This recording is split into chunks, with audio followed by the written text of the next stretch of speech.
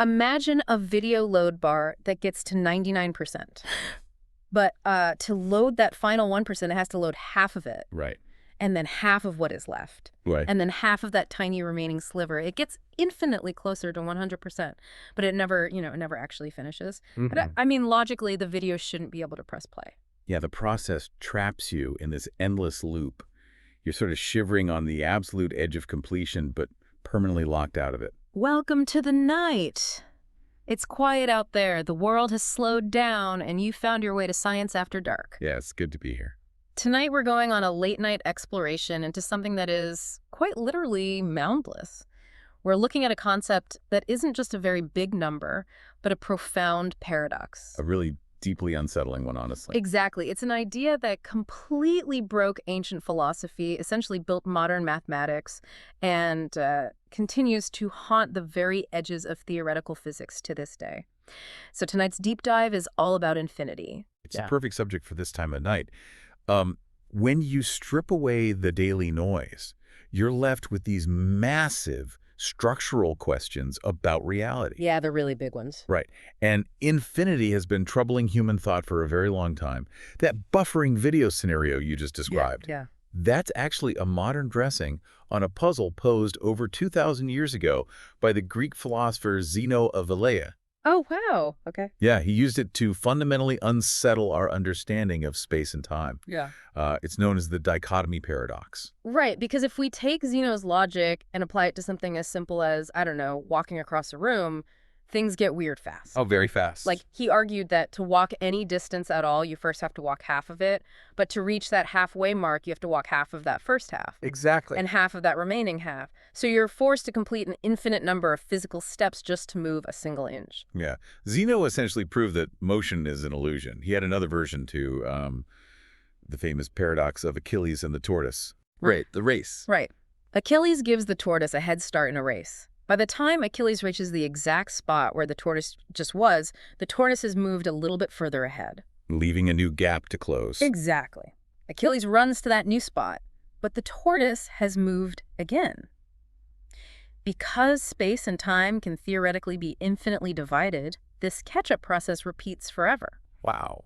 So Achilles, the greatest warrior of Greece, can never catch a slow-moving reptile. It's maddening because we know he catches the tortoise. I mean, we know we can walk across the room. Right. The physical universe obviously presses play, but the logic is just incredibly tight. It terrified the ancient thinkers, didn't it? It really did. Because they looked at that infinite sequence and realized they just had no mathematical tools to stop it. Yeah, they needed a philosophical firewall.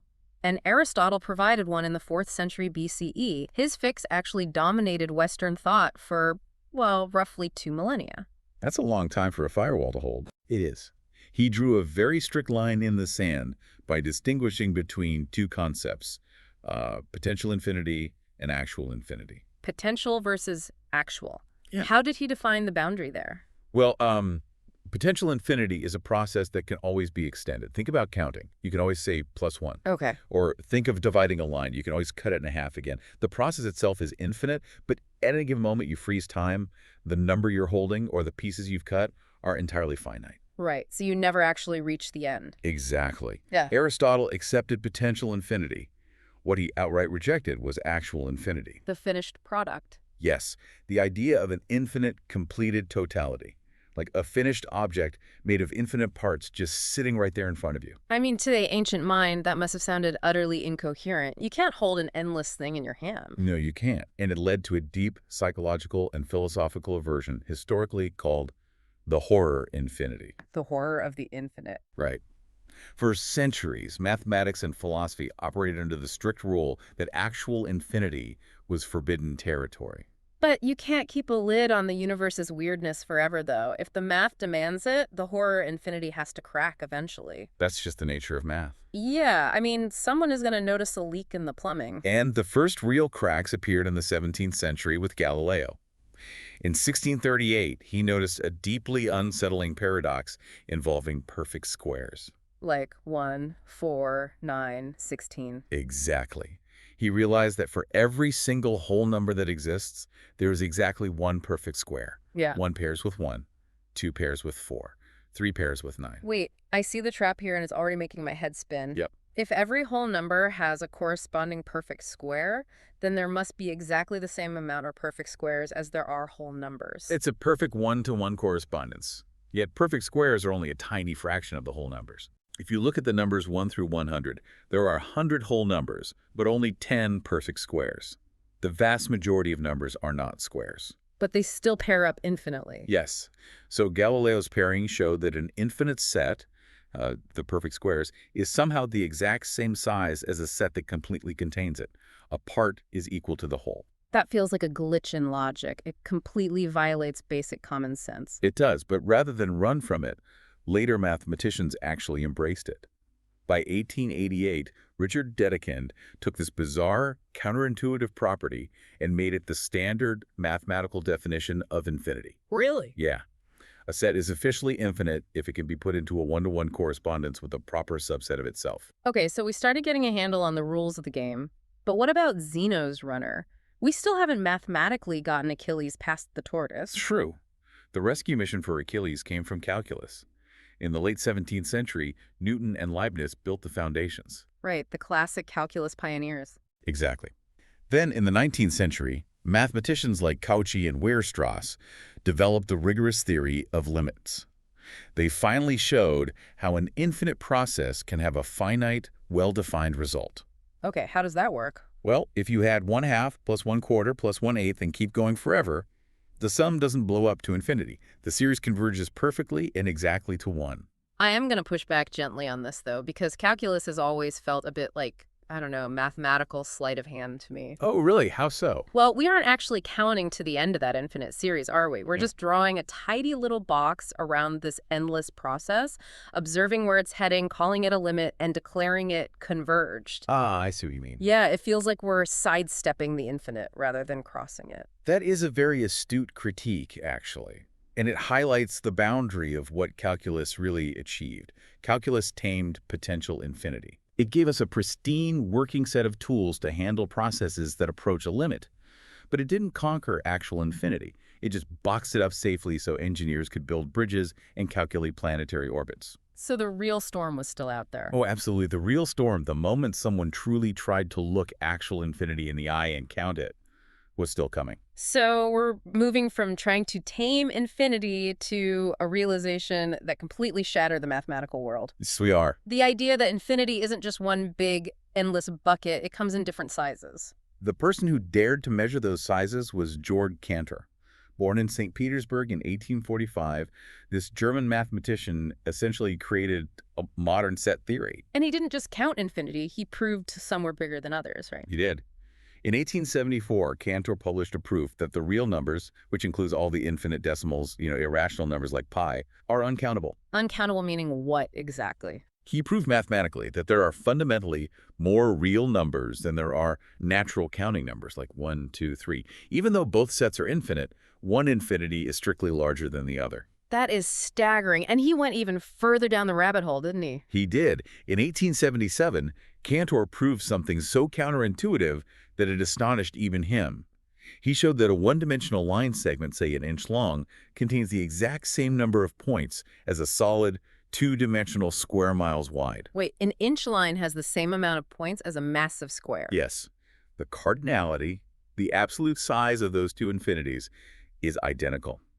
He wrote a letter to Dedekind about this specific discovery and penned the famous line, "I see it, but I do not believe it." I don't blame it. I mean, how do you even begin to prove that some infinities are bigger than others? How do you count something that never stops? The most elegant demonstration is Cantor's diagonal argument, published in 1891. Let's try to make a list of every single real number between 0 and 1. Okay, I'm with you. You write them all down as infinitely long decimals, one below the other, just going down forever. Right. If you're listening to this in the dark right now and trying to visualize a spreadsheet of endless decimals, your brain is probably starting to glitch.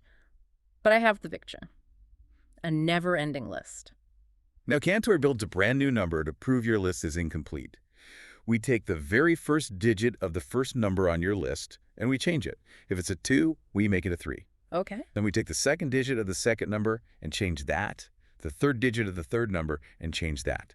We walk straight down the diagonal of your infinite list, slashing through the numbers, changing one digit from every single row. Wait, I see the trap closing here. Because I changed the first digit of the first number, my new number cannot possibly be the first number on the list. Exactly. And because I changed the second digit of the second number, it can't be the second one either. Right. It differs from every single number on your infinite list in at least one decimal place. Therefore, it is mathematically impossible for this new number to be on the list. But I assumed my list contained all the real numbers. And that's the contradiction. No matter how you try to arrange or list them, you will always miss some. Therefore, the real numbers cannot be counted sequentially. They are an uncountable infinity. So we end up with a hierarchy, like a ladder of infinities. You have the countable infinity, the natural numbers. Right. Cantor called that smallest infinite cardinal a lephenol. The cardinality of the real numbers, which is larger, is called the continuum. And Cantor proved that this ladder never ends. It just keeps going. Yes. There's no largest infinity. For literally any infinite set, the set of all its possible subsets has a strictly greater cardinality. It's an endless ladder of ever larger infinities. To really feel the strangeness of this ladder, we should probably talk about the Grand Hotel, Hilbert's Grand Hotel. Yes, popularized by the mathematician David Hilbert in a 1924 lecture. Imagine a hotel with infinitely many rooms, numbered 1, 2, 3, and so on. Okay. And the hotel is completely full. Every single room is occupied. A nightmare for the front desk. Normally, you'd have to turn a new guest away. In a finite hotel, yeah. Yeah. But in Hilbert's hotel, the manager just moves the guest in room 1 to room 2. The guest in room 2 moves to room 3. Ah, I see. Room N moves to room N plus 1. Because the rooms go on forever, everyone gets a new room, and room 1 is now magically vacant for the new guest. Infinity plus 1 is still just infinity. Okay, but what if an infinite number of guests show up? Like an infinitely long line wrapping around the lobby? Still not a problem. Yeah. The manager moves the guest in room 1 to room 2, room 2 to room 4, room 3 to room 6. So doubling them. Right, you move the guest in room N to room 2N. Suddenly, all the infinitely many odd-numbered rooms are completely free.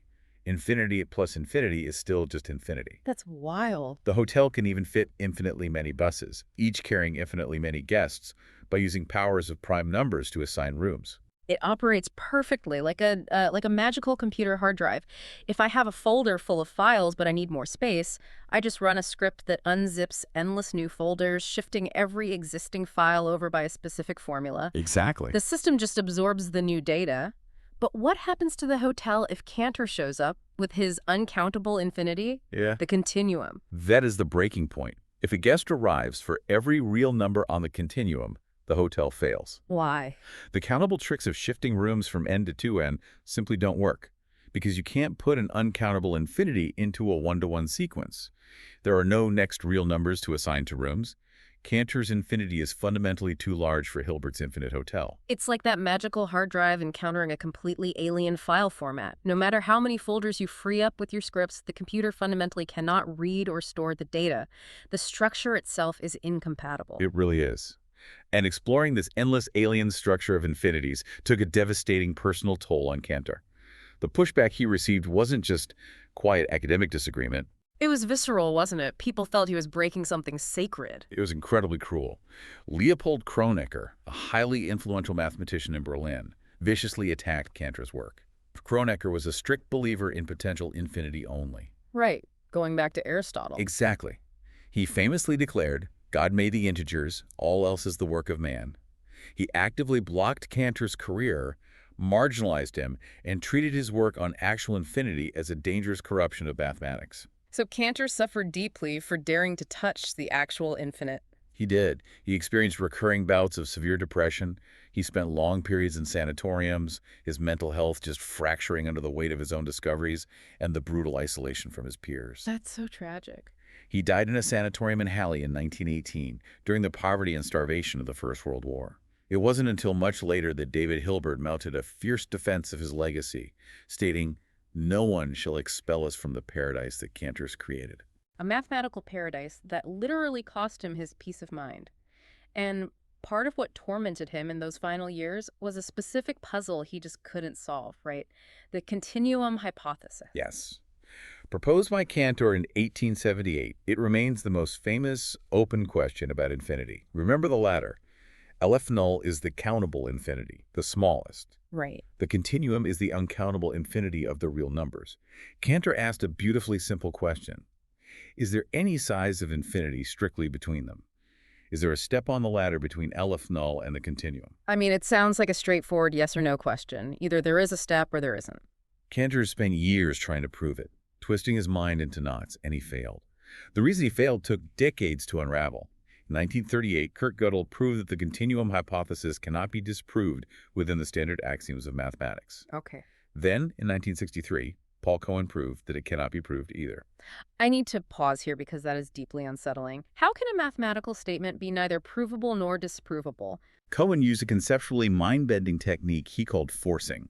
To put it simply, if you have a base mathematical universe governed by standard rules, forcing allows you to construct a slightly expanded universe, a new model. Like an alternate reality for math? Basically, Cohen showed you can build one model where the continuum hypothesis is undeniably true and another model where it is undeniably false, and neither model breaks the core foundational rules of mathematics. So the continuum hypothesis is mathematically undecidable. Within the standard rules of logic, there's just no right answer. Not at all. Mathematicians are completely free to just adopt the hypothesis as true or adopt its exact opposite as true, but just adding a new axiom. It shows us that mathematics has borders.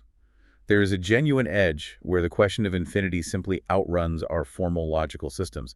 We built the system, but the infinite breaks it. But if mathematicians can just invent a new axiom to fix infinity and keep the lights on, what happens to physicists? The physical universe doesn't let us invent a fix-it rule when things break. What happens when infinity stops being a math puzzle and bleeds into physical reality? When infinity appears in physics, it's a glaring, flashing warning light. It usually means our theory is fundamentally incomplete. In physics, we encounter infinities at what we call singularities. Like in space. Right. This is a point where a physical quantity, like density or the curvature of space-time, becomes infinite. This happens in Einstein's general relativity, right? Yes. General relativity, published in 1915, is a masterpiece of human thought. But the math of the theory predicts its own downfall. It predicts actual singularities at the center of black holes and at the very beginning of the universe. For a long time, physicists hoped those were just mathematical artifacts, didn't they? Like a glitch in the idealized math, not something that genuinely existed out there in the dark. They desperately hoped it was a glitch. But in the 1960s, Roger Penrose and Stephen Hawking proved mathematically that under general physical conditions, these singularities are entirely unavoidable in relativity. You cannot escape them. Wow. Penrose actually won the 2020 Nobel Prize in Physics for this realization. And we now have the visual proof that the monsters exist.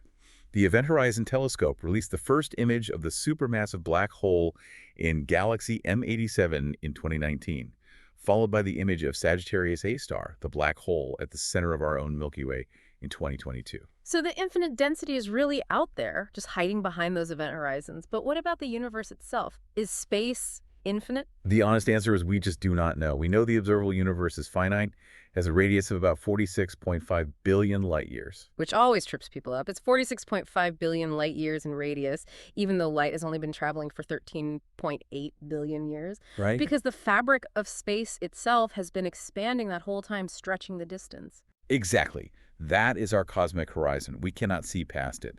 The entire universe beyond that horizon could be finite or could be infinite. The data we have from the Planck satellite, measuring the cosmic microwave background, shows that the universe is spatially flat to within a tiny margin of error, about 0.4%. And flat means what for infinity? Well, a flat universe stretching out forever is perfectly consistent with infinity.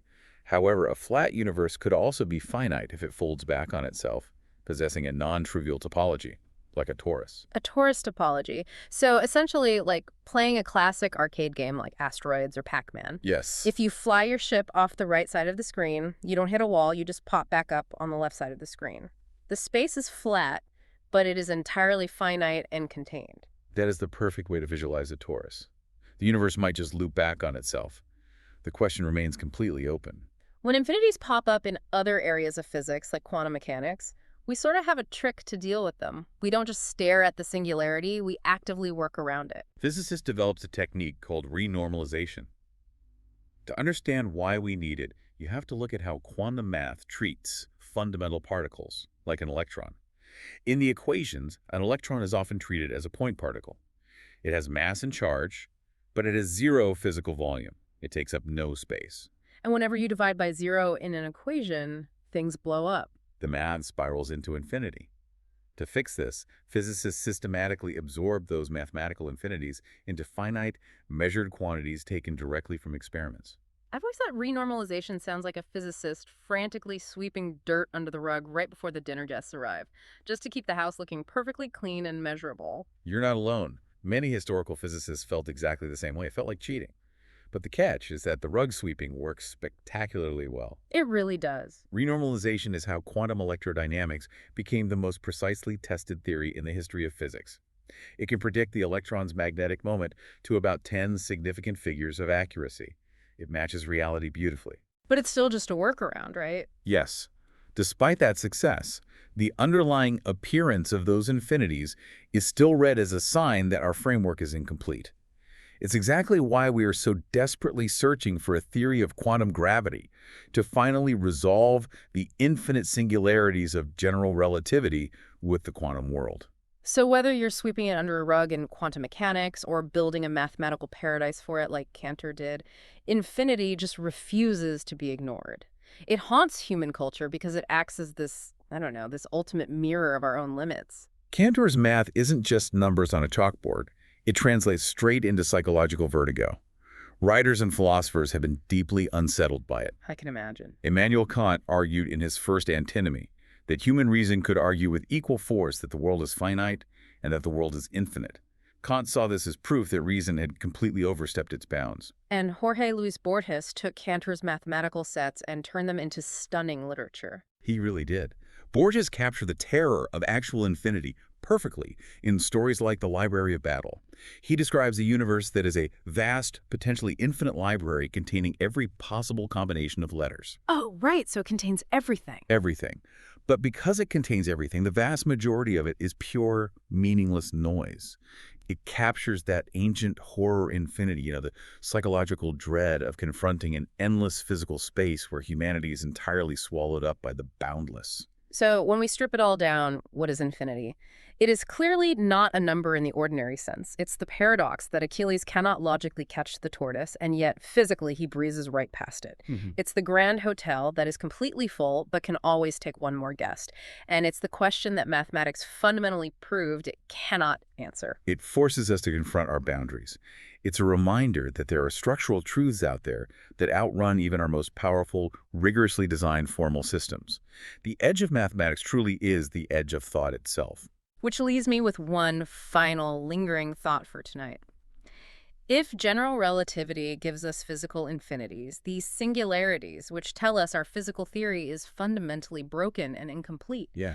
and Cantor's mathematics gives us the continuum hypothesis, an infinite puzzle which is fundamentally undecidable, are we forced to accept that the ultimate nature of reality is something human logic is simply not built to grasp? That really is a heavy thought. It's like a boundary we just can't cross. Exactly. Is infinity essentially a do-not-enter sign placed by the universe at the very edge of human comprehension?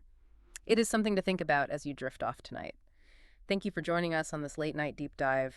Rest easy, keep wondering, and good night from Science After Dark.